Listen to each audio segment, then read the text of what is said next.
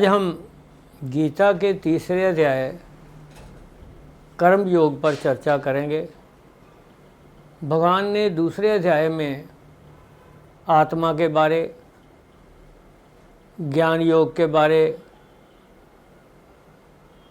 स्थित प्रज्ञा के व्यक्ति के क्या लक्षण होते हैं और कुछ कर्म योग के बारे में बताया। इस पर अर्जुन भगवान को कहता है कि भगवान, अगर ज्ञान योग में कुछ करना नहीं, केवल याददाश्त ही वापस लानी है और यही जानना है कि मैं कौन हूँ, तो फिर आप मुझे युद्ध जैसे भयंकर कर्मों में क्यों डालते हो। भगवान कह रहे हैं कि कर्म तो सबको करने हैं, कर्म करने से तो कोई बच नहीं सकता, चाहे कोई कितना ही बड़ा हो, पीर हो, फकीर हो, बड़ा हो, छोटा हो। भगवान राम को भी कर्म करने पड़े हैं, बाबा नानक भी, कबीर भी, फरीद भी, सभी को कर्म तो करने हैं, महावीर को भी। इसलिए ये मत सोच के कर्म नहीं करने, कर्म तो करने हैं, मगर कैसे कर्म करने हैं, किस तरह के कर्म करने हैं। शास्त्र सम्मत कर्म करने हैं या शास्त्रों के विरुद्ध कर्म करने हैं, स्वार्थ से रहित कर्म करने हैं या स्वार्थ से भरे हुए कर्म करने हैं, और यज्ञ रूपी कर्म करने हैं, और भगवान को जो समर्पित है वो कर्म करने हैं, कर्ता रहित कर्म करने हैं, मैं को मिटाकर कर्म करने हैं, अहंकार को छोड़कर कर्म करने हैं। तो फिर भगवान कह रहे हैं कि अर्जुन, अगर तू ऐसे कर्म करेगा तो फिर तेरे कर्म तेरे नहीं रह जाएंगे। इसलिए हमें भी अपनी सोच को बदलना होगा, हमें अपनी सोच को पॉजिटिव बनाना होगा, नेगेटिव नहीं बनाना होगा। कहते हैं कि राबिया एक सूफी फ़कीर हुई है, वो हर एक में अच्छाई देखती थी। तो उसके दूसरे फ़कीर साथियों ने कहा कि भी इसका आज थोड़ा सा टेस्ट लेते हैं। तो उन्होंने राबिया को कहा कि बता, शैतान में क्या गुण है। कुछ धर्मों में भगवान और शैतान युद्ध कर रहे हैं, तो ऐसे उसने कहा कि शैतान तो मेरा गुरु है, शैतान से तो मैंने बहुत कुछ सीखा है। तो उन्होंने कहा कि ये शैतान को मानती है, इसको हमारे संगठन से निकाल दिया जाए। तो राबिया कहने लगी, पहले मेरी बात तो सुन लो। तो हाँ, क्या कहते हो आप। तो राबिया ने कहा, आपको पता है भगवान और शैतान युद्ध कर रहे हैं, और शैतान को पता है कि मैं हारूंगा, भगवान जीतेगा, और वो फिर भी युद्ध कर रहा है। इसलिए उसके सब्र की, उसके तहम्मुल की, उसके हौसले की मैं दाद देती हूँ। और इसी तरह कहते हैं कि एक व्यक्ति हर रोज़ बंसरी बजा के एक रास्ते से निकलता था, और ऊपर एक फ़कीर रहता था और उसके साथ उसका चेला भी रहता था, शिष्य रहता था। तो वो जो गुरु था वो कहने लगा कि ये जो बंसरी बजा के निकलता है ना, मैं तो, मेरी तो लगन लग जाती है, बंसरी बहुत अच्छी बजाता है। तो उसके शिष्य ने कहा, जी गुरुजी आपको पता नहीं, ये तो चोर है। तो वो कहने लगा, होगा चोर, मुझे इससे क्या लेना है, मगर जब ये बंसरी बजाता है तो मेरी तो समाधि लग जाती है। आप पॉजिटिव सोच रखो, गिलास आधा खाली भी कह सकते हो, गिलास आधा भरा हुआ ही कह सकते हो। तो अच्छा है कि अगर आप कहो कि गिलास जो है वो भरा हुआ है। हम गंगा में जाते हैं, हम सोचते हैं हमारे पाप मिट जाएंगे। बेशक पाप मिटते हैं या नहीं मिटते हैं, मगर हमारे अंदर एक भावना तो पैदा होती है कि हम अच्छे काम के लिए यहाँ आए हैं, बुराई को छोड़ने के लिए यहाँ आए हैं। और फिर इसी तरह जब हम कोर्ट में कसम उठाते हैं, उस वक्त भी हमारे अंदर से आवाज़ तो आती है कि हम सच बोलने की कोशिश करें, सच बोलते हैं या नहीं बोलते हैं वो एक अलग बात है, मगर अंदर से आवाज़ तो सोच तो हमारी पॉजिटिव बनती है कि हम झूठ क्यों मारे, सच ही बोलें। तो इस तरह जो है हमारी जो सोच है वो पॉजिटिव बनानी चाहिए। और फिर भगवान को अर्जुन जो है बार बार पूछता है सारी गीता में, क्वेश्चन पे क्वेश्चन करता है, मगर भगवान क्या कहते हैं, उस पर नाराज़ नहीं होते, उसको बार बार कहते हैं निष्पाप, गुड्डाकेश। गुड्डाकेश होता है नींद पर विजय प्राप्त करने वाला, महाबाहु, भारत श्रेष्ठ, गंडीवधारी। उसका मनोबल बनाते हैं, मनोवैज्ञानिक तरीके से उसका हौसला बनाए रखते हैं। अगर एक अध्यापक और माँ बाप इसी तरह की सोच के बन जाएं कि अगर बच्चा एक गलती करता है, उसको सवाल नहीं आता क्वेश्चन, और वो बार बार पूछता है, और फिर उस पर नाराज़ होने की बजाय उस बच्चे को बार बार समझाया जाए। मगर यहाँ तो तीसरी बार अगर बच्चा पूछ ले तो डंडा उठा लेते हैं टीचर। इसी तरह माँ बाप भी गुस्से में आ जाते हैं अगर बच्चा वो नहीं ढंग से मानता। तो इसलिए हमें गीता को पढ़कर, गीता को सुनकर, और भगवान जिस तरह अर्जुन को बार बार हौसला देते हैं, उसका मनोविज्ञान तरीके से उसका हौसला तोड़ते नहीं हैं। उसको ये नहीं कहते कि तुझे तो समझ ही नहीं आती, मैं क्या समझाऊं। इसी तरह अगर टीचर भी करें और हमारे जो माँ बाप हैं वो भी करें, तो ये बहुत ही सोच जो है वो बंद हो जाएगी। तो मैं इसके साथ ये भी कहना चाहता हूँ कि अर्जुन को भगवान कहते हैं कि अर्जुन तेरे युद्ध से हट जाने से युद्ध बंद नहीं होगा, युद्ध तो होगा ही। तू अपना कर्म कर, तू कर्म छोड़ने की फिक्र ना कर, कर्ता को छोड़ने की फिक्र कर। ये फिक्र कर कि मैं नहीं कर रहा, मैं करता नहीं हूँ, युद्ध मैं नहीं कर रहा। तो इसलिए कर्म को मत छोड़, युद्ध तो कर मगर युद्ध में कर्ता मत बन। तो इस तरह वो जो है हमें कर्ता छोड़ने की फिक्र करनी चाहिए, कर्म छोड़ने की फिक्र नहीं करनी चाहिए। अर्जुन, ये जो लोग हठपूर्वक इंद्रियों को रोकना चाहते हैं, इंद्रियों पर कंट्रोल करना चाहते हैं, जैसे कोई अपनी आंखें फोड़ लेता है, जैसे कोई एक टांग पे खड़ा हो जाता है, जैसे कोई कई कई दिन भूखा रहता है, जैसे कई दिन खड़ा रहता है, तो वो उसका कोई फ़ायदा होने वाला नहीं है। क्योंकि जो अंदर की वासना है, अंदर की वासना तो कायम रहती है।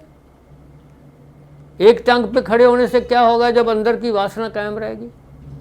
आंखें फोड़ लेने से क्या होगा जब अंदर की वासना कायम रहेगी? इसलिए हठपूर्वक इंद्रियों को मत रोको। इंद्रियों को रोकने के लिए जैसे हम यज्ञ करते हैं, हम मन को कंट्रोल करते हैं, आप देवताओं को यज्ञ द्वारा खुश करने की कोशिश करो, उनकी उन्नति करने की कोशिश करो। भगवान तीसरे चैप्टर के 12 और 13 श्लोक में कहते हैं, आप देवताओं की उन्नति करोगे, देवता आपकी उन्नति करेंगे। मगर एक बात याद रखना, जो भगवान ने आपको दिया है उसको बांट कर खाओ। आप भगवान के दिए हुए को अपने पास रख के चोर मत बनना। आपके पास शिक्षा है तो शिक्षा बांटो, आपके पास साइंस है तो साइंस को बांटो, आपके पास कोई और हुनर है, आर्टिस्ट है तो वो हुनर बांटो, आपके पास धन है तो धन को गरीबों में बांटो, आपके पास ताकत है, सत्ता है तो उसको भगवान अच्छे लोगों के लिए, गरीब लोगों के लिए इस्तेमाल करो। इसलिए आप अपना जो भगवान ने आपको दिया है उसको बांट कर जो आपके पास बचे वो आप अपने लिए इस्तेमाल करो। मनीषियों ने 4 आश्रम बनाए हैं। एक है ब्रह्मचारी आश्रम, जिसमें शक्ति को इकट्ठा करना है, शरीर में शक्ति पैदा करनी है। दूसरा है गृहस्थ आश्रम, जिसमें गृहस्थ के सारे जिम्मेदारियां पूरी करनी है। तीसरा है वानप्रस्थ आश्रम। अब वानप्रस्थ का मतलब है जंगल की तरफ मुंह, जंगल में जाना नहीं, वानप्रस्थ जंगल की तरफ मुंह। और चौथा है जो संन्यास आश्रम, सब कुछ छोड़ के जंगल में चले जाना। इस आश्रम के हिसाब से अगर हम चलेंगे तो हमारी जीवन जो है बहुत ही अच्छे ढंग से, भगवान आगे चैप्टर 3 के श्लोक नंबर 21 में कहते हैं, ये जो गीता है ये दुनियादारी के हिसाब से भी इसके श्लोक बड़े मायना रखते हैं। अब यही श्लोक जो मैं बोल रहा हूँ, भगवान कह रहे हैं कि जो श्रेष्ठ पुरुष करते हैं वही आम जनमानस करता है। यथा राजा तथा प्रजा। अर्जुन, तू श्रेष्ठ पुरुष है। अगर तू धर्म की खातिर युद्ध करेगा तो लोग भी तेरा अनुसरण करेंगे, और अगर तू युद्ध से भाग जाएगा तो कायर कहलाएगा। लोग भी क्या समझेंगे, लोग भी तेरा अनुसरण फिर कैसे कर सकते हैं। इसलिए जो श्रेष्ठ पुरुष करते हैं वही आम जनमानस करता है। और ये जो काम है, क्रोध है, मोह है, लोभ है, अहंकार है, इसको त्याग कर अर्जुन तू मेरी शरण में आ जा। पूर्ण श्रद्धा से, पूर्ण समर्पण की भावना से, तो मैं आपको सब पापों से मुक्त कर दूंगा। यहाँ एक बात आती है, कुछ लोग श्रद्धा और विश्वास को एक जैसा मानते हैं, मगर विश्वास तो हम सोच समझ के करते हैं ना। श्रद्धा में सोच समझ की बात नहीं होती। तो इसलिए श्रद्धा से, भगवान कह रहे हैं श्रद्धा से पूर्ण रूप से समर्पण करो, मैं अर्जुन तेरे को सब पापों से मुक्त कर दूंगा। भगवान आगे कह रहे हैं कि अपना धर्म ही सबसे अच्छा धर्म है, अपने धर्म में ही मरना अच्छा है। चैप्टर 3 श्लोक नंबर 35 में ये भगवान कहते हैं। और इसी तरह के बात चैप्टर 18 श्लोक नंबर 47 में भी भगवान कहते हैं कि पर धर्म से अपने धर्म में ही मरना अच्छा है। भगवान तो यहाँ तक कहते हैं कि अगर दूसरे का धर्म आपके धर्म से अच्छा है, बेहतर है, तो भी आप अपने धर्म में रहो। और भगवान चैप्टर 7 श्लोक नंबर 27 में कहते हैं कि जो जिस देवता में श्रद्धा रखता है मैं उसकी श्रद्धा मजबूत करता हूँ। ये गीता का बहुत बड़ा संदेश है धर्म बदलने के बारे में, धर्मांतर के खिलाफ। दुनिया का कोई भी धर्म इस तरह की शिक्षा नहीं देता। कोशिश करता है, सभी धर्म कोशिश करते हैं अपनी तरफ खींचने की, मगर गीता के मुताबिक भगवान तो कहते हैं जो जहाँ बैठा है ठीक है, उसी धर्म में उसको मरना चाहिए, उसी धर्म में उसको रहना चाहिए। तो इस तरह मतलब जो है हमें गीता जो है बहुत वो करते हैं। प्रकृति के जो 3 गुण हैं, सत्व रजस तमस, इसके मुताबिक अगर इंसान चलता है, सत्व के मुताबिक इंसान चलता है तो उसके अंदर ज्ञान आएगा, शांति आएगी। रजस के मुताबिक इंसान चलता है तो उसके अंदर शक्ति आएगी, और तमस के मुताबिक अगर इंसान चलता है तो उसके अंदर क्रोध आएगा। और जब क्रोध आएगा तो क्रोध की अग्नि भड़केगी और फिर इंसान गलत काम कर बैठेगा। आपने कई दफ़ा सोचा होगा कि आपसे कुछ काम हो जाता है, किसी को चोट मार देते हैं, किसी को गाली दे देते हैं, तो बाद में आप मन से ही पछताते हैं कि यार मैंने ऐसी बात उनको क्यों कही। तो ये तमस है, उस वक्त आपके ऊपर तमस जो है वो हावी हो जाता है। इसलिए भगवान कहते हैं कि जो बीजोगे वही काटोगे। और ये जो भगवान है या शैतान है, ये सब हैं, ये सब तुम्हारे अंदर नहीं है। अंदर तुम्हारे सत्व रजस तमस है। हम तो कह देते हैं कि जो कुछ करवाया है भगवान ने कराया है, शैतान ने, ये बात नहीं है। हमारे अंदर के जो प्रकृति के गुण हैं वो जब हावी जिसमें हो जाते हैं, उसी तरह की ये सारी बात होती है। और भगवान आगे कह रहे हैं कि जैसे धुआं अग्नि को ढक लेता है और जो मैल है वो दर्पण को ढक लेती है, ऐसे ही काम ज्ञान को ढक लेता है, चेतना को ढक लेता है। इसलिए इंसान को कामनाएं और वासनाएं जो हैं उनसे निकलना चाहिए। वो उसको घेरे हुई हैं और उसकी धूल जो है दर्पण पे लगी हुई है, उसको हटा देने से ही सब कुछ साफ हो जाएगा, सब कुछ सामने आ जाएगा।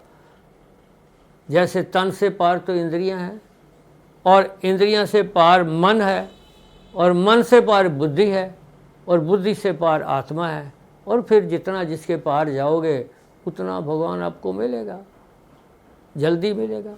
अगर आप तन से पार हो जाते हो तो इंद्रियां फिर रह जाएंगी, इंद्रियों से पार हो जाते तो फिर मन से पार हो गए, और जब आत्मा तक पहुंच जाओगे तो परमात्मा के करीब पहुंच जाओगे। तो इसलिए जितना जो आगे चला जाएगा, भगवान कह रहे हैं कि तुम बस साक्षी बन जाओ। तुम ये मत कहो कि मैं कर रहा हूँ, साक्षी बन जाओ। एक बड़ी प्यारी कथा है, भगवान कृष्ण को रुक्मिणी और दूसरी जो उनकी हैं वो कहती हैं कि वो गंगा के पार एक ऋषि आया हुआ है, हम उसको भोजन कराना चाहती हैं। तो भगवान कृष्ण कहता ले जाओ, भोजन करवा दो। तो भगवान को वो कहती हैं कि फिर हम उसको पार कैसे करें जो गंगा रूपी नदी है। कहते कुछ नहीं, बस आप ये कह देना कि तपस्वी का उपवास है और वो आपको रास्ता मिल जाएगा। तो इसी तरह वो कह देती हैं कि तपस्वी का उपवास है, हम उसको खाने ले जा रही हैं और हमें रास्ता दे दो। तो गंगा या जो भी नदी है वो रास्ता दे देती है और वो तपस्वी को सब कुछ ले जाती हैं, काफ़ी कुछ। वो तो सोचती हैं भी इतना थोड़ा तपस्वी खा लेगा, मगर तपस्वी सारा खा जाता है। और खाने के बाद वो हैरान होती हैं कि ये सब कुछ खा गया। फिर वो कहती हैं कि हमने वापस जाना है। तो वो तपस्वी को कहती हैं कि भी ये नदी का रास्ता तो फिर बंद हो गया। तो वो तपस्वी कहने लगा कि तुम ये कह देना नदी को कि तपस्वी का उपवास है तो आपको रास्ता मिल जाएगा। वो कहने लगी जी आपने इतना कुछ खा लिया और फिर भी आपका उपवास है। कहना इसका जवाब तो आपको भगवान कृष्ण देंगे, मगर आप कह देना कि तपस्वी का उपवास है। उन्होंने कह दिया तपस्वी का उपवास है तो रास्ता मिल गया, भगवान कृष्ण के पास चली गई वापस। तो भगवान को कहती है क्या लीला है। तो भगवान कहने लगे लीला कुछ नहीं है, वो तो साक्षी था। भोजन तो उसके पेट ने किया है, उसने थोड़ा किया है, उसके पेट ने भोजन किया है। वो तो साक्षी है, वो तो देखता रहा है भी मेरा पेट खा रहा है, मेरा वो तो उसी तरह रहा है। तो इसलिए आप भी अर्जुन साक्षी बन जाओ। ये मत कहो कि मैं युद्ध कर रहा हूं, साक्षी बन जाओ, कर्म करो और साक्षी बन जाओ। और अगर साक्षी बन जाओगे तो सब कुछ साफ हो जाएगा और आपके सामने जैसे मैल दर्पण से हट जाती है और शीशे की तरह साफ शीशा हो जाता है, उसी तरह आप साफ स्पष्ट बात आ जाएगी सामने। आज बस इतना ही, धन्यवाद।